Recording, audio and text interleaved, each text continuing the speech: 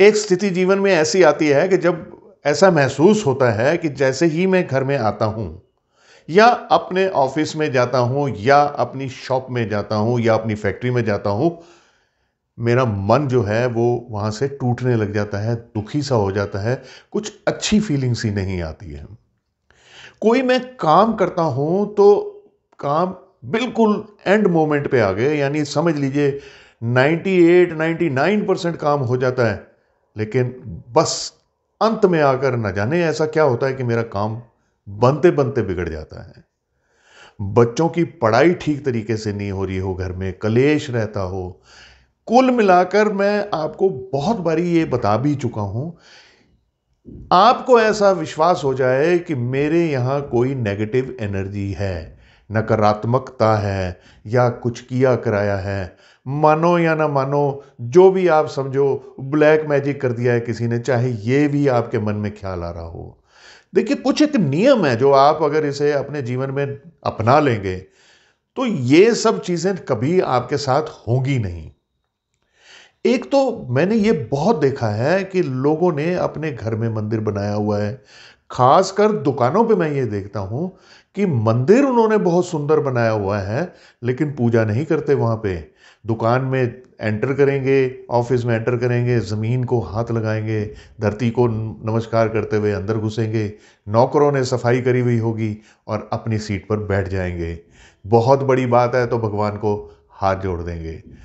देखिए, घर में मंदिर हो, ऑफिस में मंदिर हो आपके, या दुकान में मंदिर हो या फैक्ट्री में हो, प्रतिदिन इसकी सफाई करनी बहुत आवश्यक है। यदि आप नहीं साफ करते हैं तो इससे पॉजिटिविटी की उम्मीद ना रखिए।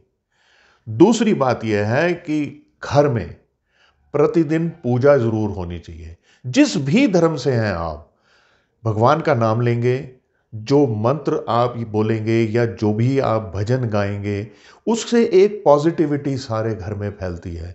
और इसके लिए मैं एक और चीज भी बताऊंगा कि एक बर्तन में लोटा हो तो बहुत अच्छा है, पानी भर के रख लीजिए। और जिस भी धर्म से आप बिलोंग करते हैं, आप अपने जो भी पाठ करते हैं उस पानी के सम्मुख आप वो कीजिए।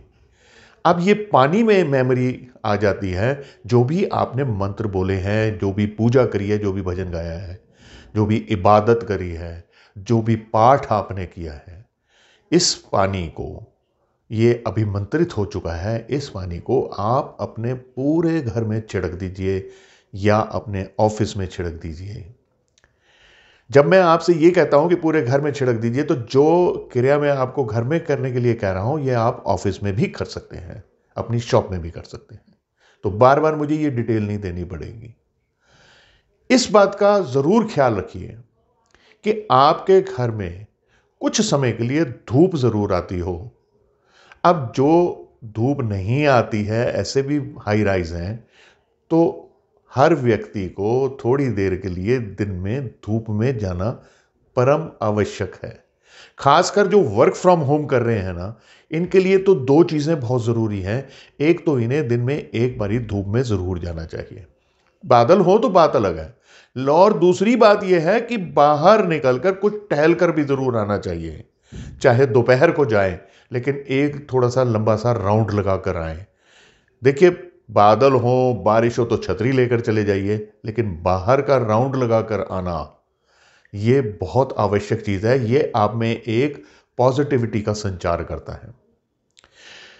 सप्ताह में एक बारी कपूर थोड़ा सा लीजिए, उसमें लौंग डालिए, उसमें काली मिर्च डाल सकते हैं।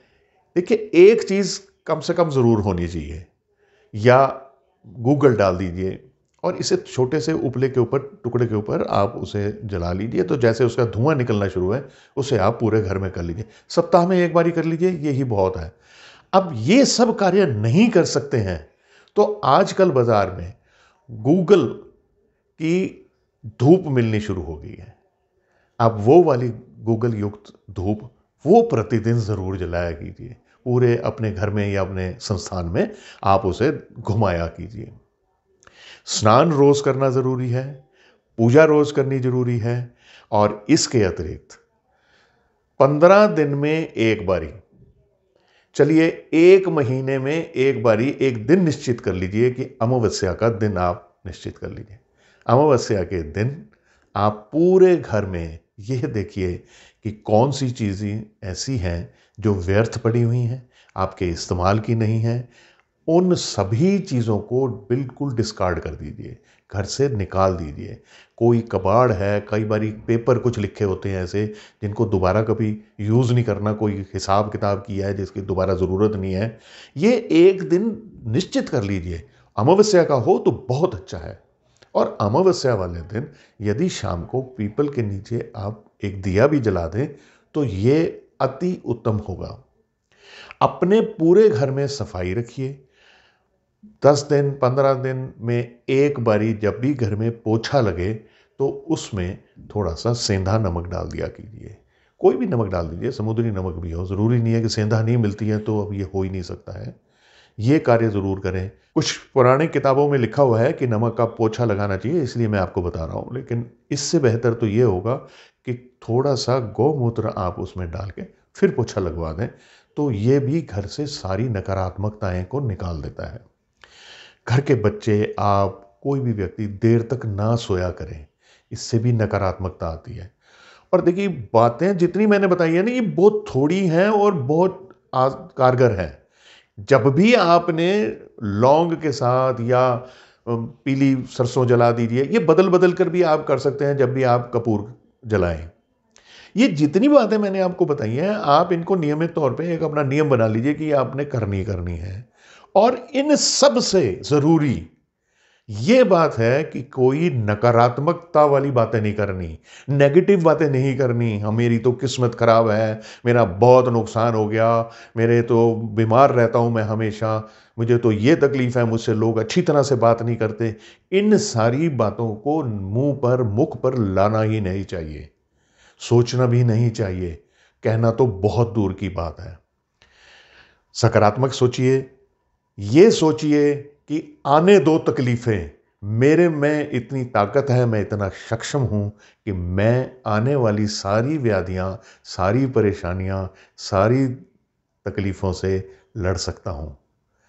जब आप अपने अंदर ये सकारात्मकता लेकर आएंगे और ये जो मैंने आपको थोड़े से उपाय बताए हैं, इनको अपने जीवन में अपना लेंगे, नकारात्मकता भूल जाएंगे आप कि कुछ होता भी है। सच कह रहा हूँ, मान लीजिए।